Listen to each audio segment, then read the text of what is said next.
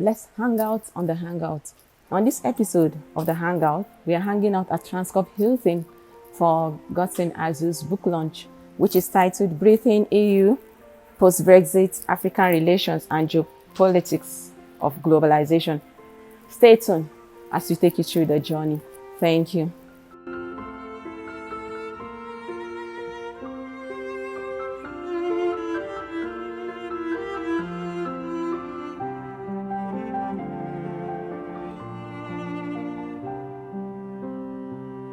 At Kano Hall Transcorp Hotel for the book launch and the Carter and Meger Awards. On this book, the author Godson Azu did much to answer some major questions and the intrigues arising from the Brexit negotiation. The future trade deal consideration and expectations were explained. The content of this book explains certain trajectories of breathing existing the EU under three themes, and within them, unpack Brexit and the post-Brexit geopolitics. From the 2016 Brexit vote, E3 cooperation has taken on a new meaning, preserving foreign policy coordination among the big three, even though the UK was set to depart the EU. This book provides a closer look at the trilateral negotiations that followed the Brexit deal and the effect of the position taken on the relationship between UK and the European Union. So much also were key issues strongly highlighted in this book, such as when Godson discussed about the British politics and exceptionalism, the EU superstate and political hegemony, and the post-Brexit EU stability and survival, Britain going global, the tragedy of power politics, African relations and the geopolitics of globalization. The 7-chapter book, with a brief introduction on the subject matter and a rational conclusion of Godson's ideological thinking.